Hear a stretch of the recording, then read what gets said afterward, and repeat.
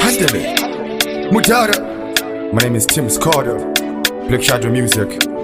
My pandakati pokorondwe. Handle it.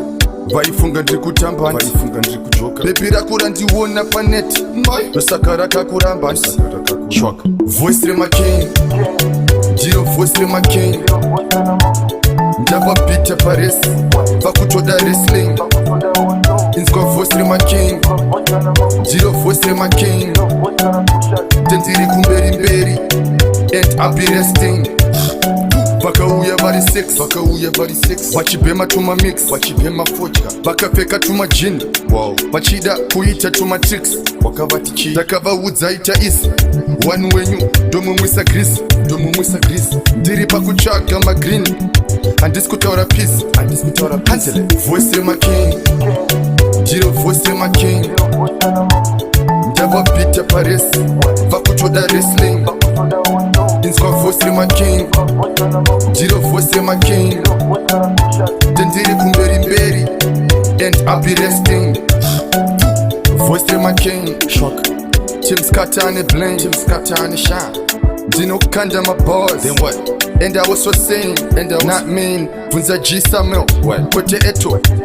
gushas vapisa pageto bebi rako rakapfeka stiletto tariudza kuti ameno voice remaking ndiro voice remaking ndava bita paresi vakutoda wrestling inzwa voice remaking ndiro voice remaking ndendiri kumberi mberi and I'll be resting vakauya vari 6 vachibhema tuma mix vachibhema fodya vakapfeka tuma jini vachida kuita tuma tricks wakavatichi takavaudza ita isi wani wenyu ndomumwisa grisi ndiri pakutsvaga magrini handisi kutaura peace hanzele voice remaking ndiro voice remaking ndava bita paresi vakutoda wrestling inzwa voice remaking ndiro voice remaking ndendiri kumberi mberi and I'll be resting voice remaking shock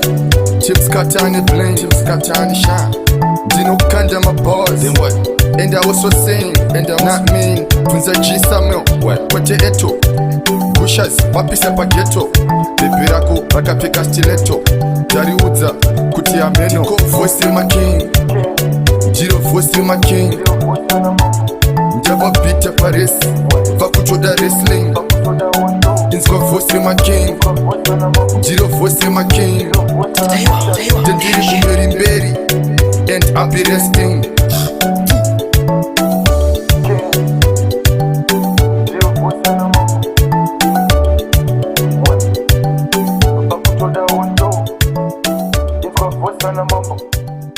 Ndiro voice kana kushas